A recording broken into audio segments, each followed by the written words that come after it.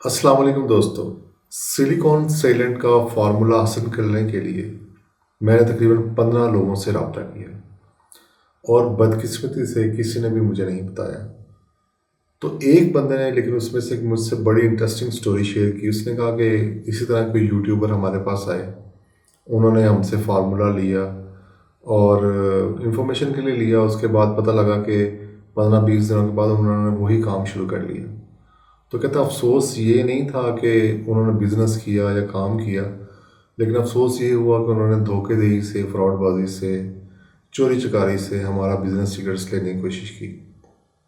تو اس لیے کوئی بھی فارمولا دینے کو تیار نہیں تھا۔ لیکن میری خوش قسمتی تھی کہ میں نے researchgate.com سے .net سے ایک ریسرچر ہیں، PhD ہیں ایڈہیسو اور سیلنٹس میں، فرانسسکو ڈی بیول، ان سے میں نے رابطہ کیا، ان سے ریکویسٹ کی۔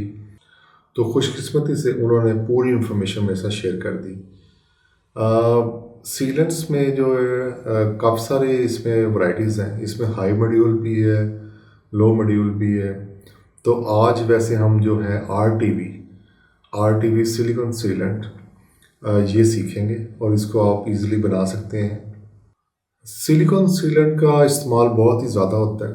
یہ پیداوار لحاظ سے بھی جو ہے کم لاگت میں بن جاتا ہے اور ایسا بزنس ہے جو مارکیٹنگ کم لیتا ہے۔ سلیکون پالیمر جو ہے وہ بہت زیادہ ورائٹیز اور کوالٹیز میں ہوتی ہیں۔ یہ مایا، ٹھوس، کسی میں بھی ہو سکتی ہیں۔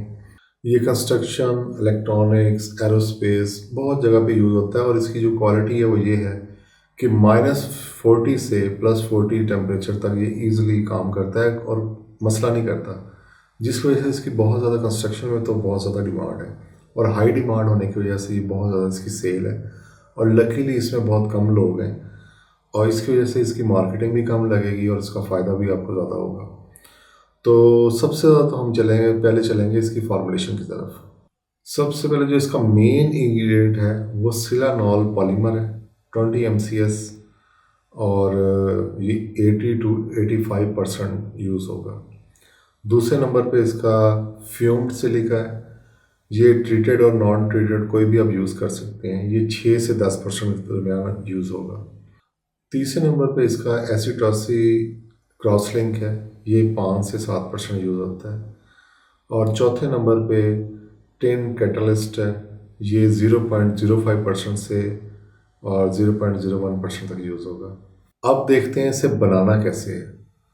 جو تمام مایا اجزاء ہیں ان کو اپنے ہائی شیئر مکسنگ مشین ہوگی اس کے اندر ڈال دینا ہے اور اس کو مکس کرنا ہے اچھی طرح۔ اور اس کے بعد جو ٹھوس اجزاء ہیں وہ باری باری پہلے ایک ڈالنا ہے، پورا مکس کرنا ہے، پھر دوسرا ڈالنا ہے، پورا مکس کرنا ہے، یعنی کہ باری باری آپ نے سارا مکس کرنا ہے تو یہ تیار ہو جائے گا۔ اور اس کو کچھ دیر رہنا تاکہ اس میں سے گیس نکل جائے، اور پیکیجنگ سے پہلے گیس نکل جاتی ہے اور پھر پیکیجنگ کے مرحلے میں ڈالا جاتا ہے۔ جو RTV جو سلیکونز ہوتے ہیں ان کو چیک کرنے کے لیے آپ کو 25 منٹ سے 75 منٹ تک آپ کو وہ خشک ہو جانے چاہیے اور زیادہ سے زیادہ وہ 12 سے 14 گھنٹے میں خشک ہونے چاہیے۔ ٹپس اینڈ ٹرکس میں جو کیٹلسٹ ہے اس کی کم مقدار جو ہے وہ اس کے استعمال میں تیز کر سکتی ہے، اور اس کے علاوہ اس میں سیسا، زنک، زرکونیم، اینٹونیم، کاربو آکسیلک نمک بھی استعمال کیا جا سکتا ہے۔ امید ہے آپ کو یہ سمجھ آ گئی ہوگی اور اس کے بعد مزید اس پہ اور کام کریں گے اور میں اس کی اور فارمولیشنز بھی شیئر کروں گا۔